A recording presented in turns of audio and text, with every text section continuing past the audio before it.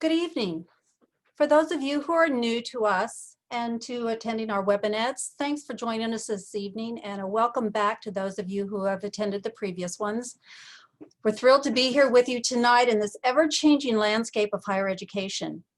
Not only is the educational system changing where your student goes to high school or middle school, higher education is changing rapidly. And they are in this just as deeply as we are.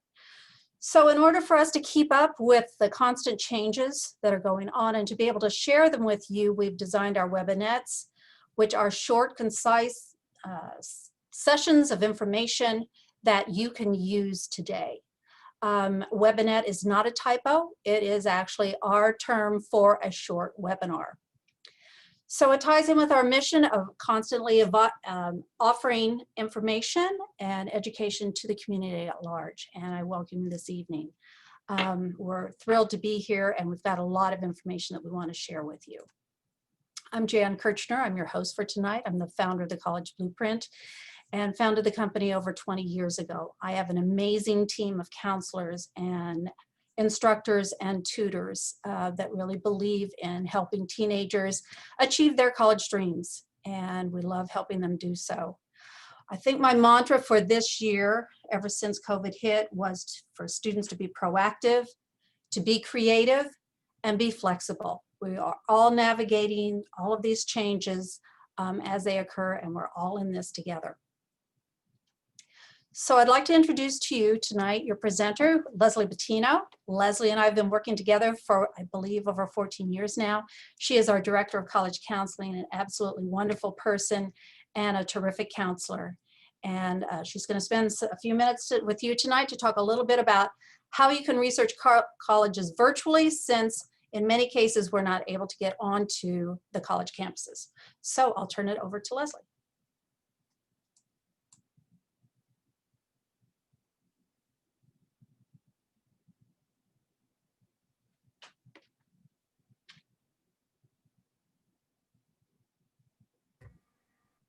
Hello, I needed to unmute myself. I started talking to myself.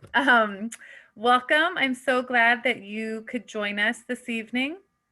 In creating a college list, you have to think about the different factors that are important for you in a college. There are thousands and thousands of colleges in the country. And so these selection factors can help narrow down what's most important to you and are really important for you to think about. So if there's students, parents on tonight, I would encourage you guys to sit around the dinner table while you're in the car, driving to the grocery store. Talk about what is important for you in college. So some of those factors include cost, especially now with the impact of COVID. That's definitely something that you need to discuss as a family. Location and size. Is a big school something that's really exciting to you? Smaller, with smaller class sizes? What's more comfortable for you? Location as well being, do you want to stay in sunny California? Are you willing to take on the rain up in Washington? Are you okay with the winters in Indiana? So really talking through the impact of weather and what you're used to and what you think you're open to. Majors, what you want to study. If you bear in mind, this is really important because that will kind of be one of the main factors that you're looking to. If it's nursing or engineering, how highly ranked is this school? How strong of a nursing program do they have? How strong of an engineering program do they have? Activities, sports, and clubs. I have some students that do not care about any of this, while others, they want the D1 football team. They want fraternities and sororities. They want a really strong business club or something like that. So kind of narrowing down what those activities, sports, and clubs are offered at each college. Public versus private.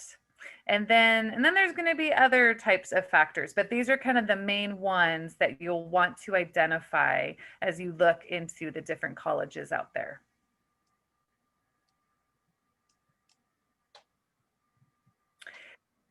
So, in researching schools, there are a bunch of websites out there right now.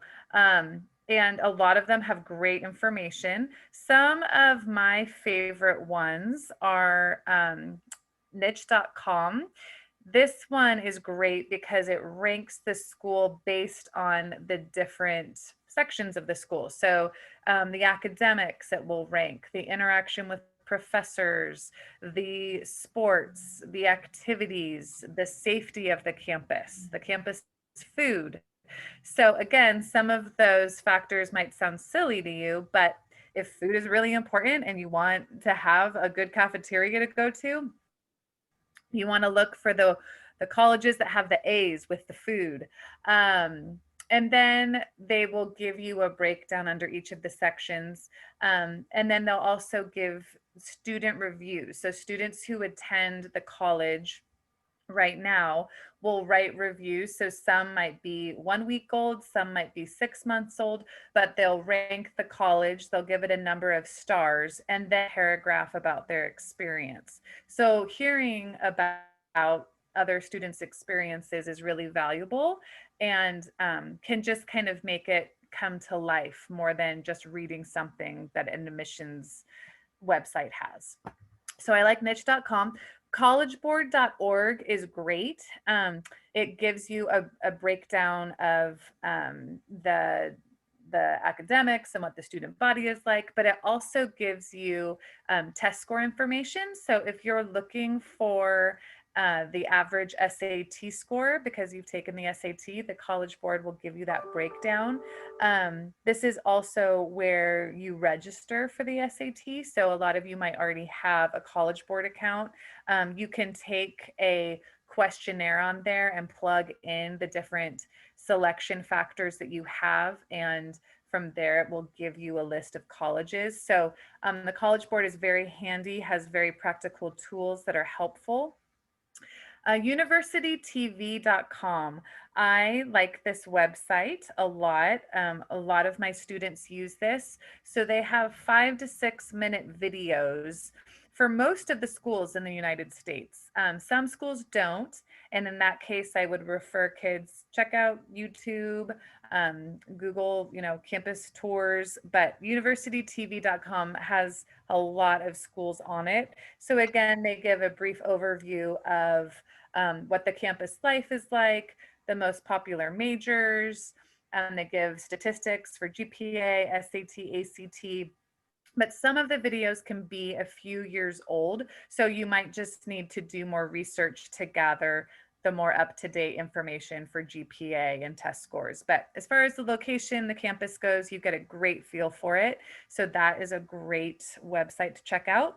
With social media, more and more colleges have Facebook pages, have Instagram pages, have Twitter accounts.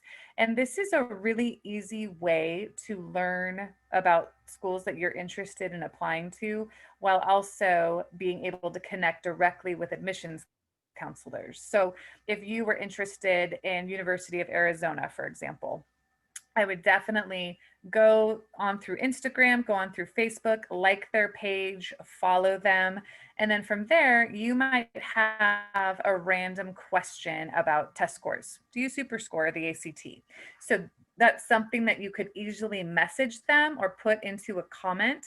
And then they have admission counselors who monitor these social media pages and will get back to you. So it's a fun way to see pictures of the school, to find out new information about the school. Maybe they're building a new engineering building or something like that. But cool way to just stay in touch. And more colleges are actually paying attention to see if you're following them on Facebook, if you're following them on Instagram, interacting with them. NACAC. Jan, did you want to talk about the college fairs, the virtual college fairs? Sure, I can talk about that. NACAC is the National Association of College Admission Counselors, and I'm going to guess that probably about 99% of the colleges in the United States are members of this association. They have always done in-person college fairs around the country, and they're usually very large. So now, because of COVID, they have now taken their concept and put it created it virtually. So if you go onto this website, you're actually going to find a number of different dates when they're offering virtual college fairs. A couple of the dates that I looked at, there are going to be over 600 colleges represented. So you'll have an opportunity to get into a breakout room with that particular college and learn a lot more about the school. So it's a great opportunity. We can't meet in person, but you could actually meet with more representatives or explore more colleges in this virtual format. The same thing is true with the National Catholic College Admission Association. Catholic colleges throughout the United States are really known for offering high quality education, and really they're all about educating the whole person. So if you have an interest in that, it's not like going to a Catholic high school. When you go to a Catholic college, it is, yes, it's founded by the Catholic Church, or it might be under the Jesuit tradition, but you don't have to wear uniforms. You don't have to attend Mass.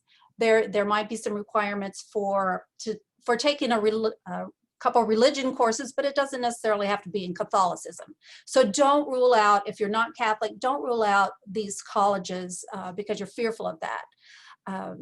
So they are also offering a number of fairs, and they have an amazing schools all across the country. So I would just recommend that you check into these, register. You're going to have to register, but it could be some time very well spent.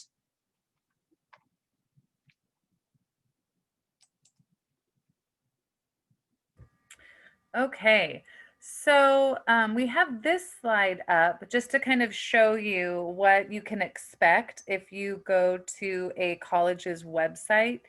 And again, some colleges might be offering tours at this point. I think it really depends on where you're visiting. Some colleges are open and you can register and go on walking tours and sit in the building. But for most schools right now, a lot of them have done an excellent job of kind of revamping their admissions website so students can take a tour virtually to learn school. So this is Boulder right here.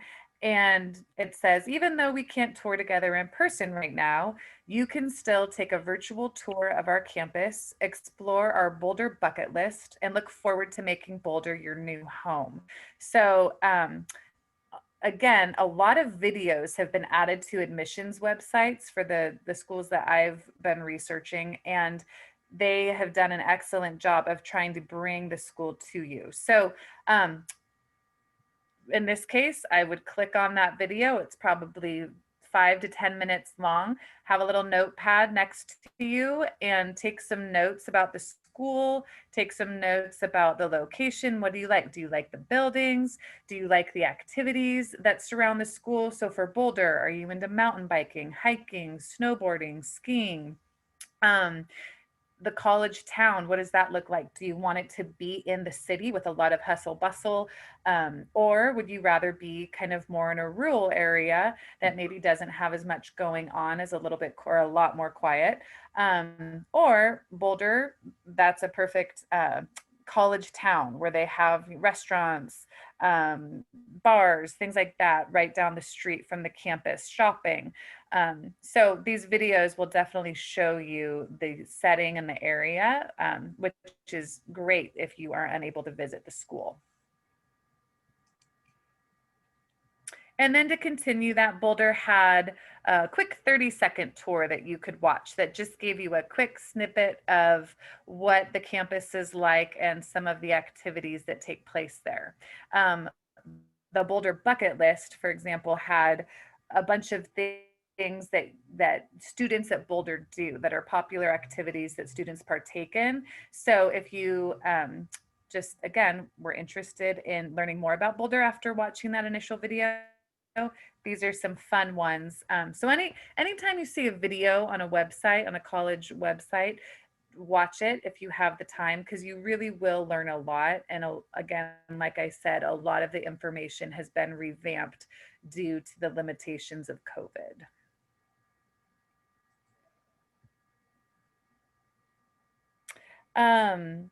So webinars and virtual college tours. So Like I said, go directly to each school's website. You'll find specific virtual tour webinar information listed on the undergraduate admissions website. So anytime you go to a college website, you'll see some tabs at the top. They usually say academics, admission, student life, resources. So you would click on admissions and then make sure you're in undergraduate admissions, and from there, there should be some type of tab or button that you can click that says virtual tours or tour information, college tour. And some schools like UCLA have created these virtual campus tours and virtual info sessions where you would click on the link and there would be an actual calendar that pops up. And from there, you would choose a time and a date to where you would participate in this virtual tour and in this info session. If you have not been on a actual college tour, you usually start it with what's called an information session, and that's about 45 minutes to an hour where you meet with an admissions counselor kind of in uh, a big classroom, and they go over a lot of the statistics. They go over what they're looking for in their students. They go over different policies with the ACT, SAT. Do they offer college interviews, etc. So those are, again, just offered through a lot of schools through a Zoom, but you do need to register for those and get a confirmation. And then the virtual campus tours, again, you pick a time and a date and they walk you through a virtual campus tour, but there's a counselor there ready to talk to you and answer questions. And again, this is a great way to get that demonstrated interest. If you don't know what demonstrated interest is, that's where you want a college. If you're going to apply to a school and you really want to get in, you want to do everything you can to connect with an admissions counselor, to take the virtual tour, to do the interview if it's offered. So registering for these campus tours, some schools are tracking that information. So give them your information and definitely partake in one if you are really interested in the school. Some things to note and to jot down as you're taking notes. So for admissions, deadlines, application information, test policies, information on majors and minors, information on activities, sports, clubs, whatever is important to you, and jot down admissions emails if you have questions. Questions are always good. And then some more ways to learn about schools.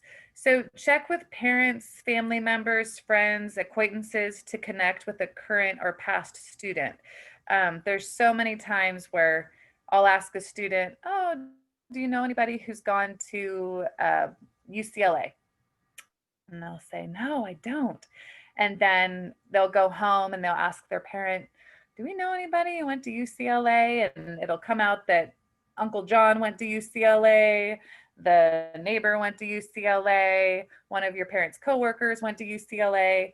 And that's just a great way, an easy way to connect with people who can share their firsthand experience. So definitely get all hands on deck. And if you have an interest in a school, see if anybody kind of in your community, in your family, has any connections that you can pursue.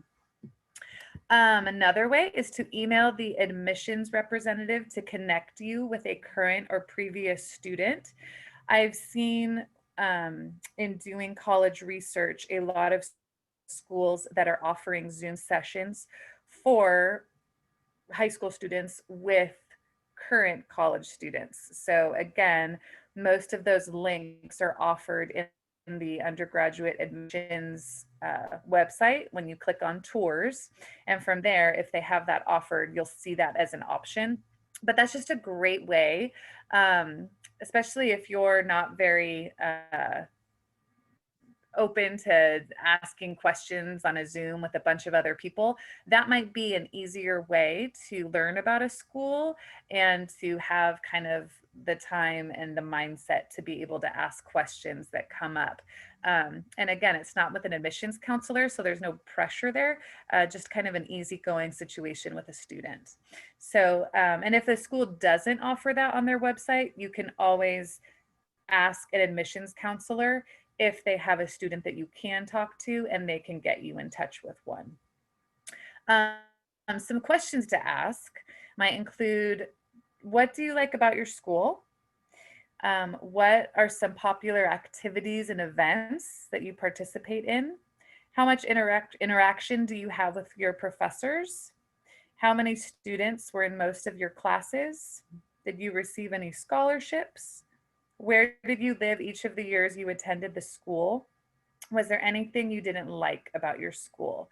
So again, you kind of a funny analogy, but you wouldn't go to prom without trying on your suit or trying on your dress. You want to make sure the dress fits right and feels good. You can dance in it. Same thing with college. You want to ask as many questions as you can and learn about the school as much as you can before adding it to your list. So being really proactive in doing your part as you research is really important.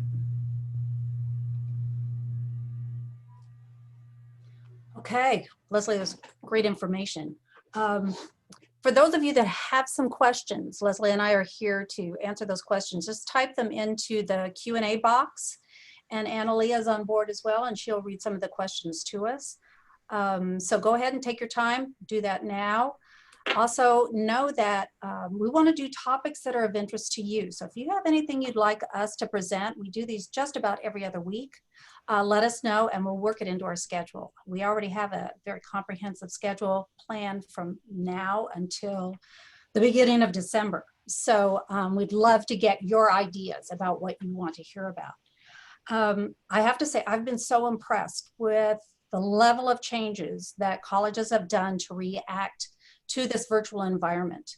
Not only have they had to change their teaching methods, but they've had to change just about every aspect of their student services, which I think is even more difficult to do than it is to change the teaching patterns. And while they're doing that, professors still have children at home that they have to homeschool, just like we all have children in our home that we have to homeschool while we're still working. So do they, so do the admissions reps. So in essence, we are all in this together and we're all navigating our way through it. And the more we can share information with you, we're hoping that's going to help alleviate some of the stress and anxiety you might be feeling right now. There's a lot of information out there. And as I was saying, be proactive, seek it out, and be flexible, react to the changes. Whatever is happening today, it's probably not going to happen a week from now because things are changing that quickly.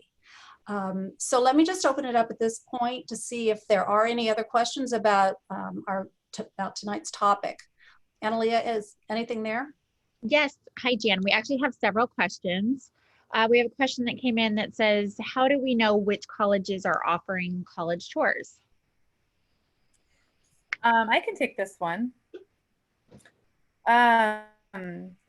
So you would go to the admissions tab for whatever school you're looking at, and you'd click undergraduate admissions. And then from there, you would go to the college tours button or link.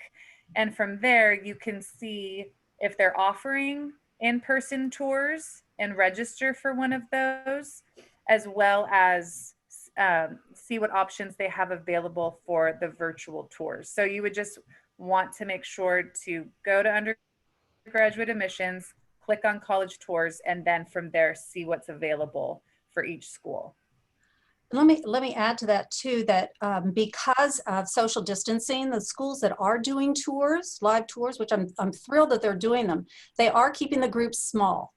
So you want to be sure to plan well in advance when you're going to go, because the tours are filling up and you can't just show up on the campus because they won't take you. If they're at their maximum level, which I think is somewhere around no more than 12 people in a tour, you won't get in. So plan ahead, so that you can get the dates that you want for the colleges that you want.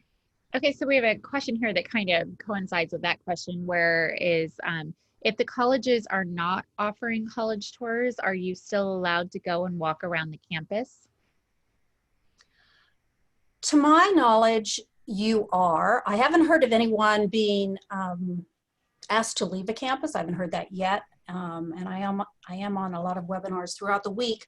What I do understand is that you won't be allowed to go into the buildings.